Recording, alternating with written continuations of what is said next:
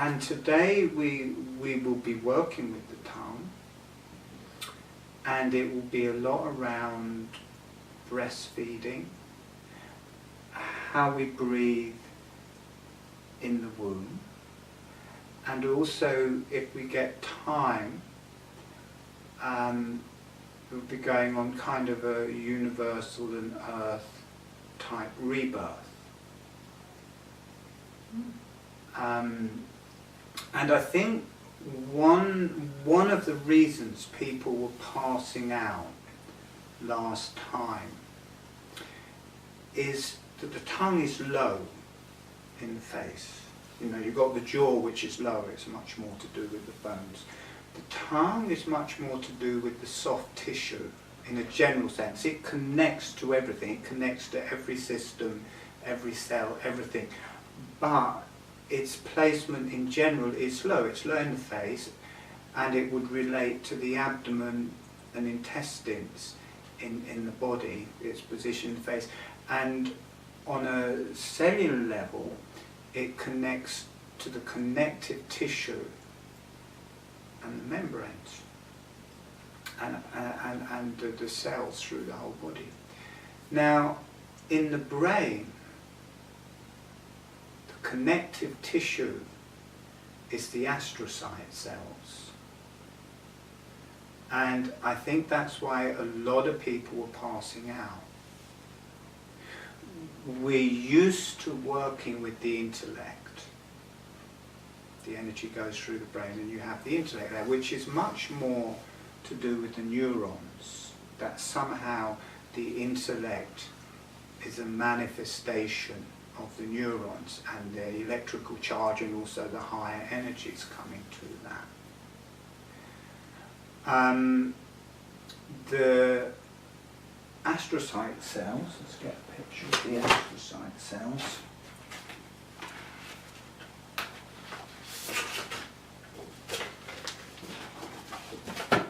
See, on this picture, here we have a body of a neuron and the axon coming up. These are myelinated glial cells. These are microglial cells which swim around and are the immune system for the brain. It's full of cranial fluid. This is a ventricle full of cranial fluid. This is between the cells full of cranial fluid. And then these anemone type cells connect everything together. They're like the connective tissue for the brain. If it wasn't for the astrocyte cells, the brain would be fluid. It would just be a mush. But these connect to everything. They connect to the arteries, the veins, the capillaries, the myelinated glial cells, the neurons, the axons. They don't connect to the microglial cells which are swimming through. But everything else they connect to, and they form what holds the brain in shape. Now, up till basically when Einstein died, the whole of neuroscience was based around the neurons. Everything was meant to be happening around the neurons, and that created our thoughts, that created our different patterns, that created our behavior. In a spiritual sense, that was our connection to the higher energies and the connection to the body. When Einstein died, they didn't ask in advance, or his family, they opened up his cranium. They wanted to know if his brain was different to anyone else's, and they were expecting there to be more neurons, or more neural pathways through the neurons, or more synapses. And that wasn't the case in any way. It was very average. He had a very average brain in that respect. But what he had, and what previously the scientists thought were just fillers, he had substantially more astrocyte cells. And it changed the way science was looking at the brain.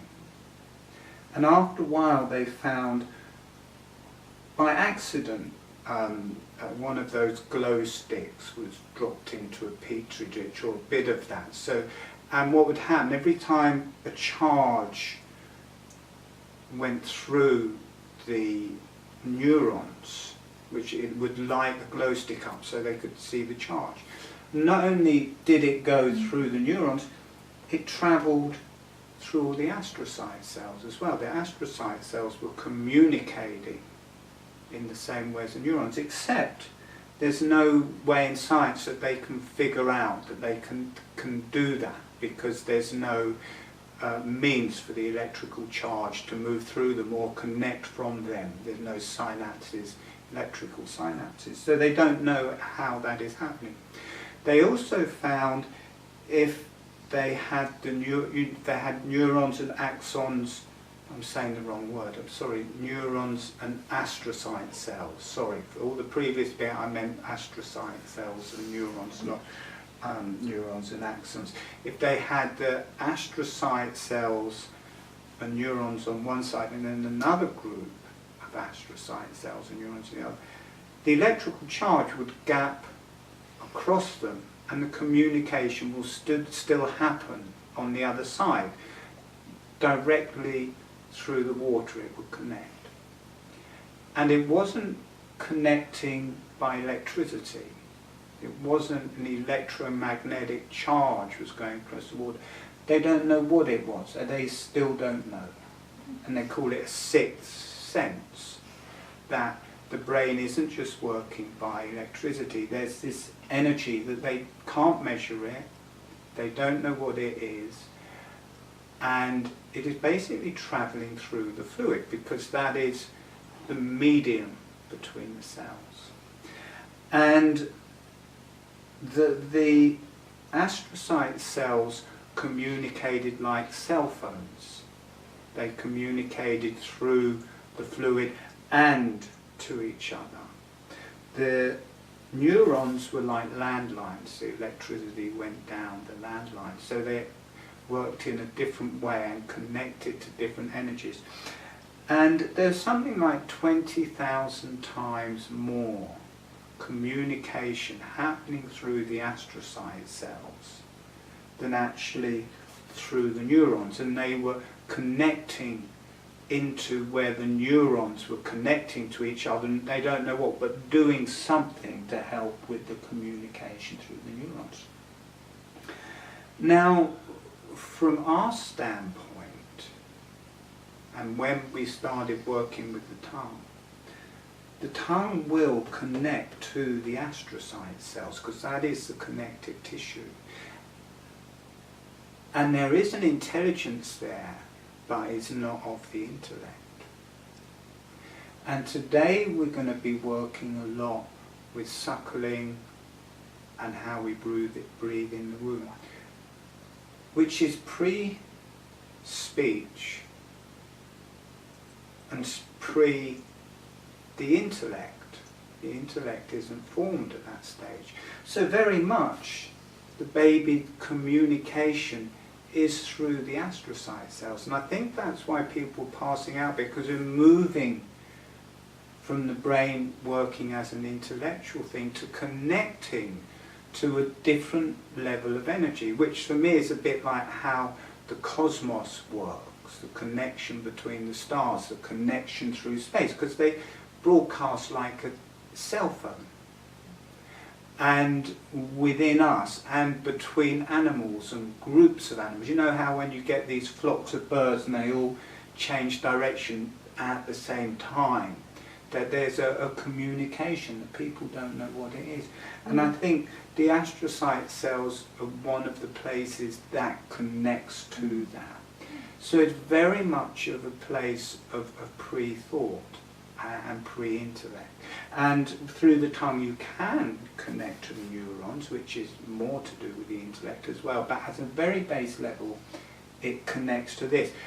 And I noticed when I was working with the interior of the tongue, instantaneously it would connect to what I sense as that body of connective tissue in the brain, which are the astrocyte cells, but have a level of intelligence which isn't of the intellect. The same as the cranial fluid has a level of intelligence which isn't of the intellect. And there's an interface with the myelinated glial cells because they are of the intellect, they're surrounding the axons and from the neurons, but they're also full of cranial fluid, and their interface between two, they're like a higher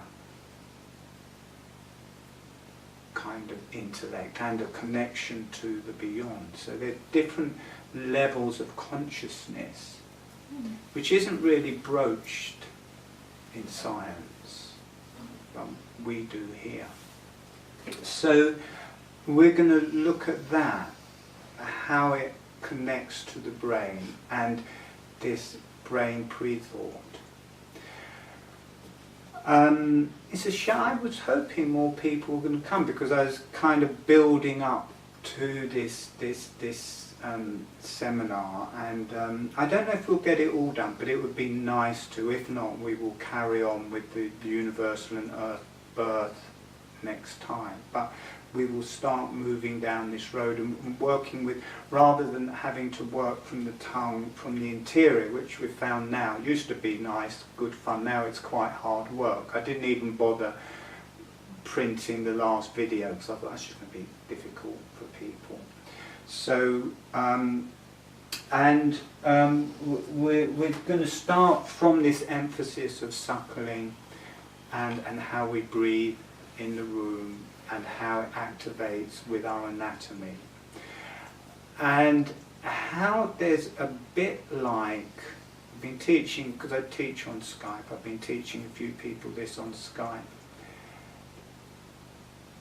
With the suckling part, which we're going to start off, there's a bit like, you know, on your computer, if it's got a virus or something, you can go to a reset where it just completely resets the factory mode. Mm-hmm. Well, what I was noticing in myself and while teaching these other people is that there's a factory mode reset in us that is activated. Like when a baby's suckling, it's activating a slow reset to our original matrix. So if there's been an injury, you know, quite often if a mother is letting a baby suckle whenever it wants, if it has an accident, it kind of rushes over to the mother, goes on the breast, and not only is there an emotional connection and relaxation, there's a physical, the motion of the suckling is in a very real way, realigning the skeleton, realigning the energies, helping the system heal itself. So we're going to look at that reset.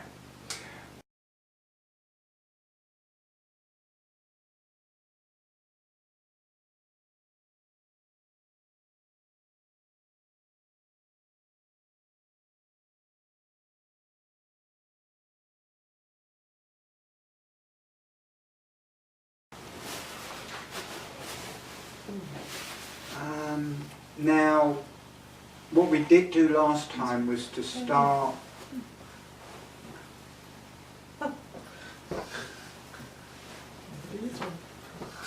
getting the full tongue on the roof of the mouth, and I'll be mentioning that a few times as we go through. So rather than doing it as we did last time, feeling the membranes or the blood supply to the tongue, we'll be doing it with this very gentle motion of suckling, which we get when we're breastfeeding, and just playing with that. We'll also be using it to work through the brain and this kind of reset through the whole body, how everything can reset. Everyone's already yawning. We haven't even started yet. Let's see if we pass out with this as well. I'll know something's weird. But it will take you to, it will take you back. It will take you into that pre-verbal state, that pre-intellectual state, and that is a different space. So You may do some yawning. I'll do my best to guide it so it's an easy route through without people just passing out cold. Hang on in there. Make my intention to stay awake. Yeah, in a relaxed way, Yeah. not in a focused way, in an aware, relaxed way. And we will let it connect to the brain to start off with. So we I think once it's going through the brain, people will stay aware. I could remember, while I was thinking about this, I remembered when my Kundalini first started going off. I mean, it wasn't a pleasant thing. It was just downright scary, a lot of it, but the energy just going through the brain and through the brain. And every time I'd get a rush of energy going through the brain, I'd get the same rush going through the tongue. So it very much relates, that energy that comes through the brain, to the energy that rises and comes through the tongue. And as it comes up through the tongue, it feeds the whole face. And if you look at it as a picture, the tongue is very much like the brain stem for the face. So it comes up the spinal cord into the brain stem and out into the brain. Comes up through the trachea or the esophagus and into the tongue. As it enters, as it comes up through the jaw is a bit like the cranial base, and the tongue is...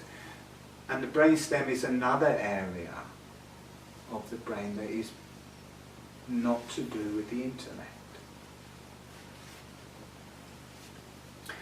Okay, let's go for it. We've had enough prepping. So, closing your eyes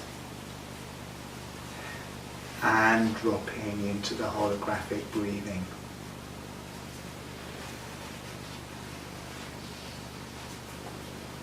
The tongue is on the roof of the mouth. The lips are closed. On the in-breath, the jaw gently opens. On the out-breath, the jaw gently closes. Sending a smile, sending some energy to the earth. And allow the earth to say hello back. And also, what I said about Kundalini, that happened to me. That doesn't mean it will happen to other people from doing holographic breathing. It's a balance thing.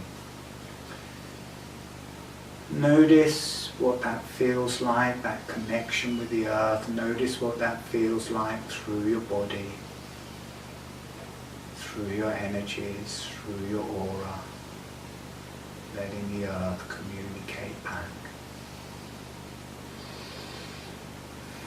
And sending the smile, sending some energy to the higher self, and allowing the higher self to say hello back, allowing yourself to receive from the higher self. Notice what that feels like through your bodies and through your energies and through your aura. Breathing gently and asking the earth and the higher self to be with you through the whole session as a healing presence and guide. Being aware of the gentle motion of the jaw, and also this gentle sideways expansion and contraction of the jaw. Noticing that. And letting that still be there, but becoming aware of the tongue and its connection to the roof of the mouth. Now when I first start teaching holographic breathing, I say as much as the tongue on the roof of the mouth as feels comfortable.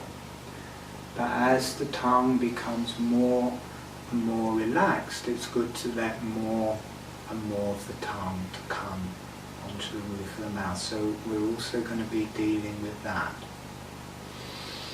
So allowing the tongue to be there, being aware of the tongue. As the jaw opens, so massaging the tongue. As the jaw closes, so massaging the tongue. Notice how this movement of the tongue is very similar to suckling. As you breathe in, that's a bit like when you're pulling the milk into the mouth. The tongue is pulling down very, very subtly, not making it hard, but there's this movement down of the tongue. It's still connected to the roof of the mouth, and that would be like drawing in the milk. Breathing out, the tongue relaxes up, and that's the milk going down the throat. So this is very subtle motion of the tongue that is very similar to suckling. And we're going to become aware of that. Breathing in. So you can make it very physical, but notice that way of moving the tongue and then make it more subtle. So it's subtle. Breathing out, the tongue is relaxing up.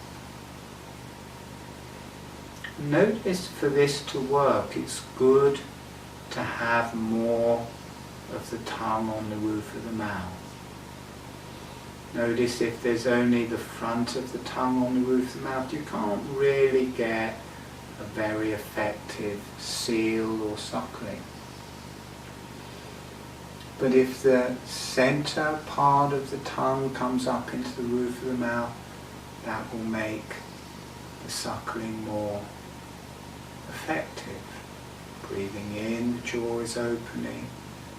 Breathing out, the jaw is closing. And just going at your own speed, as much as the tongue on the roof of the mouth as feels comfortable. And the more you do it, the more the tongue will relax.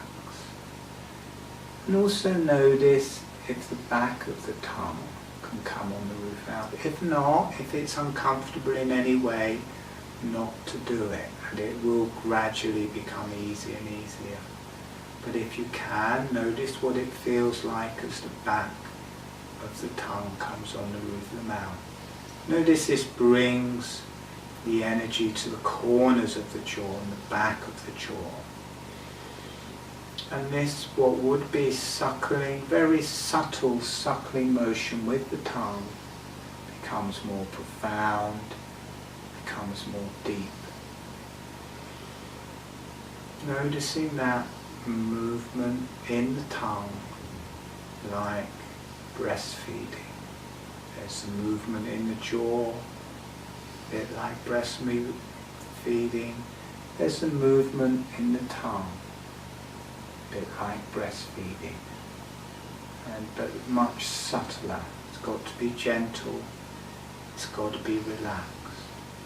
Notice how this takes you back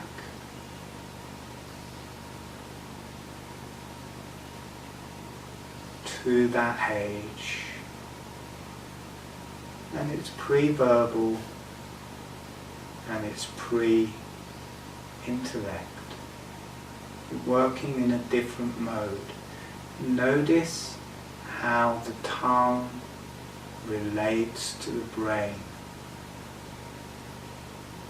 There's a direct connection to the brain. And there's this energy traveling through the connective tissue in the brain, which are the astrocyte cells, these little anemones that hold everything together, that everyone thought were fillers. But there's a reality to these cells. And this suckling motion with the tongue very much connects to that level of awareness. And just because the intellect's not there and the speech isn't there, it doesn't mean that there's not a reality there. There's a reality. The astrocyte cells connect to everything. They're floating in cranial fluid and they're breathing. Being aware of the tongue in this very subtle form of suckling. You still have to be moving the jaw, but there's this very subtle motion of the tongue. And it starts moving through the body, it starts spreading out through the spine and the different parts of the body. And you may find things starting to straighten, starting to get better, starting to align. It's like a very slow factory reset. Starts connecting you back to your original matrix. Be aware of the tongue through the whole face, and through the brain. And it's generally these astrocyte cells, pre-intellect, pre-verbal in this case with suckling. But there's a reality then, the body starts to adjust. You may feel organs starting to heal themselves. You may feel membranes or muscles starting to unwind. In a very gentle and soft way, it starts reorganizing the body. All the things that have happened to us, all the ways we've worked with the intellect and judgments and different things. Below that there's this reality, and it starts taking us back to that original blueprint, very gently, being with the holographic breathing. You may feel it dropping down through the heart and lungs, feeling this gentle, very subtle suckling motion of the tongue. And as the tongue gets used to this, it will start feeling more and more relaxed and letting more of the tongue come up onto the roof of the mouth.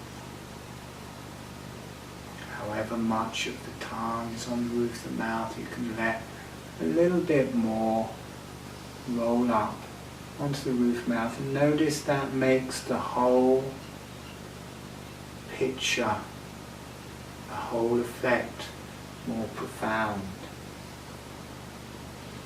And if the back of the tongue comes up on the roof of the mouth, notice how much more depth that gives to the meditation. Relaxing the back of the neck, relaxing the back of the head, noticing it connecting through your spines, through your legs, through your arms, through your whole body. In a very gentle way, everything starts falling into alignment and breathing. Breathing with the holographic breathing. Different organs might start opening and working. A lot of things are held together with the intellect, and this takes you to another place and things just automatically start aligning. Notice with the tongue on the roof of the mouth, the front of the tongue very much relates to kind of the nose, the eyes, the higher energies, the front of the face, the front of the body. As the middle of the tongue comes on the roof of the mouth, notice this is more like the middle of the body, further back in the face, relates quite a lot to the heart. As the middle of the tongue comes on the roof of the mouth, notice connects you to the heart and circulation. And then as the back of the tongue comes on the roof of the mouth, there's this much deeper, darker connection. It connects you to the bones, it connects you to the deeper, more grounded organs. And it connects you to the back of the face, the back of the maxilla, the back of the eyes, and the back of the body. It's a holographic picture of the body in lots of different ways. Feeling the tongue, gently breathing, gently suckling, the jaw still moving but having the emphasis on the tongue. Also notice that if you become aware of the sideways motion of the breath, as we did in the seminars on that, you can feel the sides of the cranium breathing. Notice how the jaw connects you to the bones through the whole body, and you can feel the sides and the cranium breathing, opening and closing. The sides of the cranium opening on the in-breath, closing on the out-breath. If people haven't done that seminar, it won't be quite so easy to feel, but feeling the jaw opening and closing. And then if you drift back to the tongue and let the jaw drop into the background, you no longer feel so much the cranium, but you start feeling the brain filling out. You don't really feel the brain with the jaw, you feel the bones with the jaw, but as you come into the tongue, suddenly you start becoming aware of the brain. Excuse me. You start becoming aware of the brain.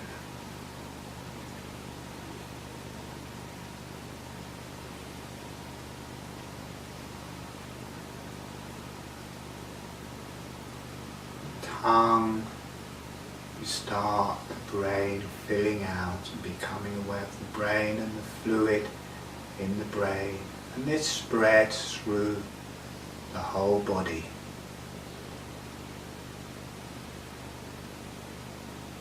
And babies sleep a lot, so it brings on this feeling of just sleeping, relaxing, just watching and relaxing.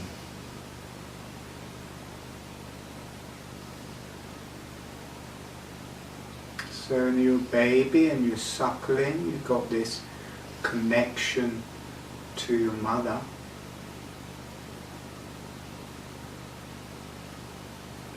And the mother's milk coming in and as nutrition, but also starting the immune system. And notice this action of the tongue and jaw puts the whole body into a reset mode, connecting back to its original matrix. So after the birth, after we've been born, this suckling motion helps the cranium, whole body, to align again to its natural matrices. So there's that connection to the mother and the body realigning through suckling, and then as we later on it just carries on being the same thing. So there's that connection to the mother through suckling. But beyond that,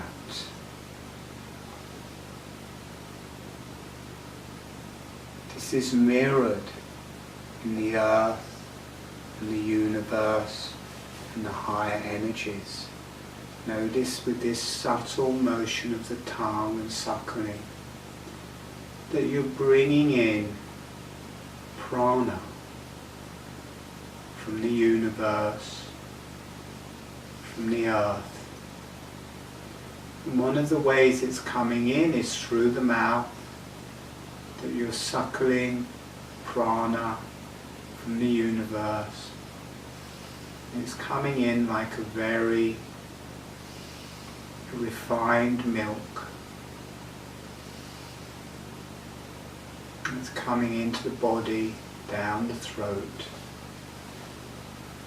coming into the face and the brain. It's going down through the digestive system, this elixir from the universe. And the tongue is getting softer and more relaxed. It's connecting us to the earth, and this spiritual elixir is being received through the mouth and through the whole face and through the whole body. It's going through the digestive system and spreading out through the whole body. It's deeply healing,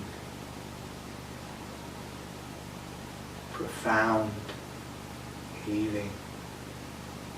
So there is the karma of our parents and our mother, and whatever suckling we did or did not do. But beyond that, once we're born, once we're here, there's this same connection on a subtle level to the universe, where we're receiving spiritual nectar from this suckling motion. So we're no longer reliant on just our parents. We are grown up. We can connect to the universal energies through this motion. It can spread through the whole body. So there's the movement of the jaw, very physical, through the bones. There's the movement of the tongue, which is much more to do with the membranes and the blood and fluids, muscles. That's aligning us, connecting us to this spiritual whole and original blueprint. And then there's the elixir. The prana comes in through the mouth and the whole face and the whole body, connects us to the earth, allowing all of that and that healing prana to flow through your whole body. Very gently.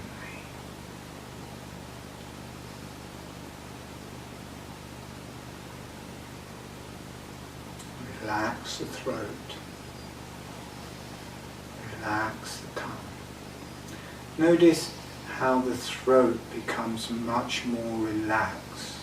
If we're just aware of the jaw, the throat can become a little bit tense, but as soon as you're aware of the tongue and the connection to the roof of the mouth and this very subtle suckling and this prana coming down, that the whole throat can relax, the thyroid can relax, the thymus can relax. They're all healed by this very deep pranic energy coming down. Everything going back to its original blueprint, connecting to the earth, connecting to the universe and the higher energies.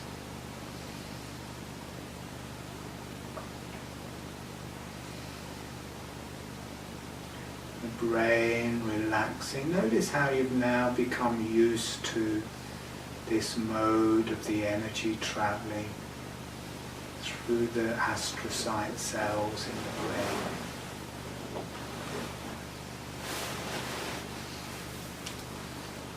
Breathing gently.